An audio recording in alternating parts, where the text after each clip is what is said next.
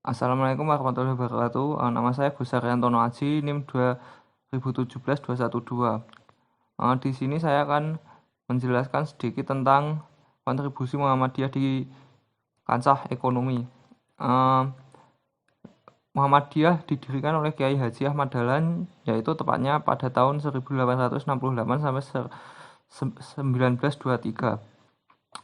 Organisasi yang didirikan Ahmad Dahlan ini menunjukkan pertumbuhan yang mengesankan baik dalam keanggotaan maupun infrastruktur. Untuk perluasannya, Muhammadiyah ini menggunakan berbagai metode pembiayaan, baik dari biaya keanggotaan, donasi, sedekah, keagamaan maupun subsidi pemerintah. Bahkan ada juga dari pendapat koperasi dan bisnis. Perkembangan perekonomian organisasi ini naik turun berkaitan dengan masa penjajahan dan masa politik. Peran Muhammadiyah di bidang ekonomi negara mulai ditunjuk dengan dibangunnya The Grand Community, yaitu yang oleh Kiai Haji Afaruddin yang diperlukan dalam pertumbuhan ekonomi negara.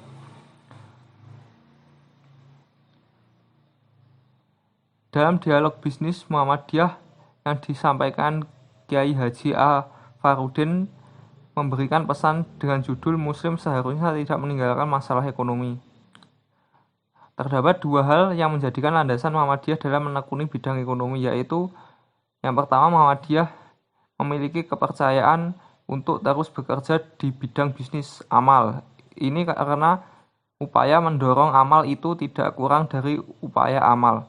Muhammadiyah seperti pendidikan, rumah sakit, dan dakwah.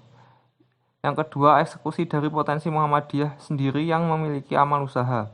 Dengan fakta, yang pertama jumlah besar birokrat duduk di pemimpin Muhammadiyah. Yang kedua, jumlah besar hasil pendidikan sumber daya manusia yang sedang dibutuhkan.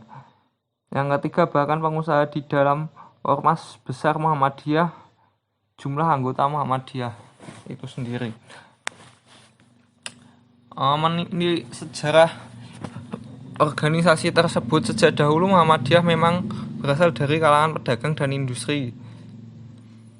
Program pembinaan ekonomi umat merupakan salah satu bentuk kepedulian Muhammadiyah terhadap ekonomi negara sejak lama. Misalkan Jamaah Swadaya Muhammadiyah atau bisa disebut JSM dengan anggota berjumlah sekitar 10-25 orang.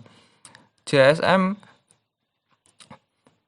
menggunakan konsep tolong-menolong melalui pembentukan kelompok usaha bersama, koperasi maupun kelompok konsumen. Ada juga program zakat, infak, dan sodakoh. Yang ada belakangan ini juga menunjukkan konsistensi Muhammadiyah dalam mengambil peran di bidang ekonomi di Indonesia. Selain itu masih banyak program atau gerakan di bidang ekonomi yang dilakukan Muhammadiyah tingkat ranting sampai tingkat wilayah seperti Majelis Ekonomi dan Kewirausahaan yang berfokus pada amal usaha Muhammadiyah. Dengan adanya koperasi di berbagai jajaran jenis koperasi, BUMN di berbagai bidang pariwisata, jasa, perikanan, perkebunan, perdagangan, dan lain-lain. Salah satunya adalah membangun usaha unggulan jamaah berupa outlet dan grosir yang dinamakan markas. Kemudian adanya kegiatan membangun jaringan informasi bisnis dan kerjasama pembangunan infrastruktur ekonomi, yakni jaringan ekonomi Muhammadiyah dan kartu tabungan muslim dinamakan Katam. Berdasarkan uraian tersebut, maka telah banyak upaya yang dilakukan Muhammadiyah untuk ikut mengembangkan perekonomian negara. Namun pada kenyataannya sekarang nilai tukar dolar rupiah semakin naik. Dan ada pun isu radikal yang ada di tambah krisis keuangan akibat pandemi corona saat ini, sehingga perlu adanya suatu usaha yang konkret dengan serius untuk kembali bangkit dari kondisi saat ini. Dan juga ada pun program pergerakan serta infrastruktur yang ada telah diintegrasikan dengan IT dapat dikembangkan secara maksimal oleh Muhammadiyah. Usaha tersebut diharapkan mampu memberikan kontribusi yang sangat besar bagi Negara Kesatuan Republik Indonesia di bidang ekonomi sehingga menjadikan NKRI kuat ekonomi di kancah internasional.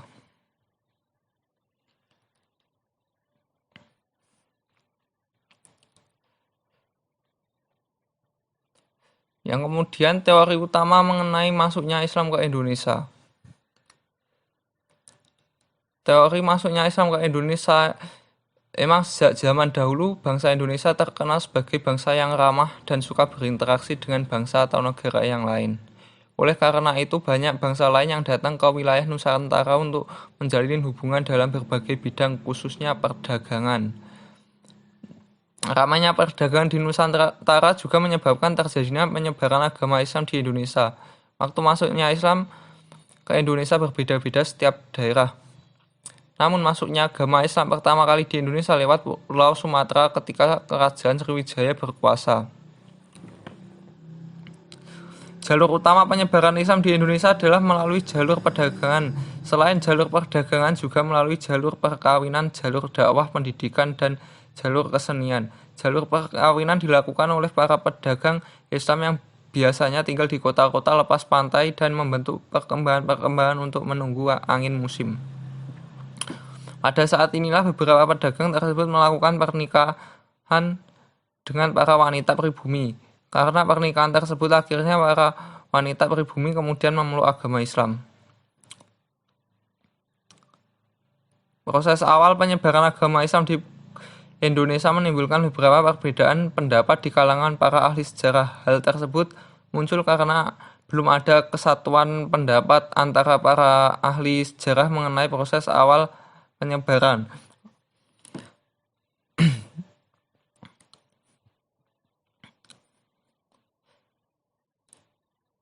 Akhirnya pendapat-pendapat mengenai proses Islamisasi di Indonesia dapat dibagi menjadi 3 teori, yaitu teori Gujarat, Persia, dan Mekah. Yang pertama yaitu teori Gujarat. Menurut para sarjana-sarjana Belanda mengatakan bahwa Islam masuk ke Indonesia berasal dari Gujarat sekitar abad ke-13 atau abad ke-7. Pendapat ini mengasumsikan bahwa Gujarat terletak di India bagian barat berdekatan dengan Laut Arab. Menurut pada batu nisan di Pasai dan makam Maulana Malik Ibrahim yang wafat pada tahun 1419 di Gresik, Jawa Timur memiliki bentuk yang sama dengan batu nisan yang terdapat di Kambai, Gujarat.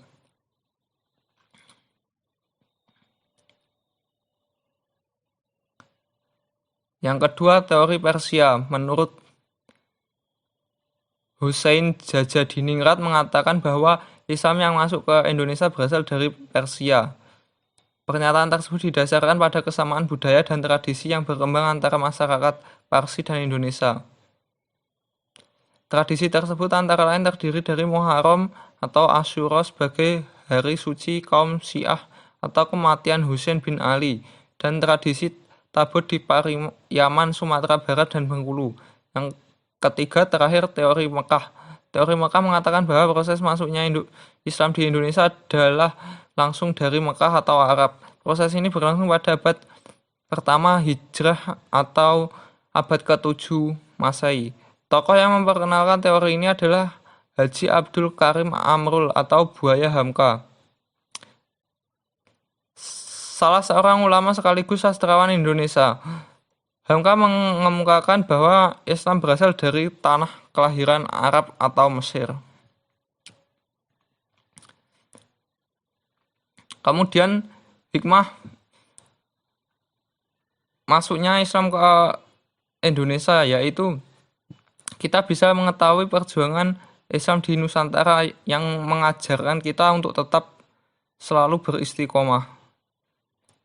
Yang selanjutnya, masyarakat di Indonesia dibebaskan dari pemujaan berhala dan pendewaan raja-raja serta bimbingan agar menghambakan diri hanya kepada Allah. Sekian informasi yang dapat saya sampaikan. Bila ada salah kata, saya mohon maaf. Wassalamualaikum warahmatullahi wabarakatuh.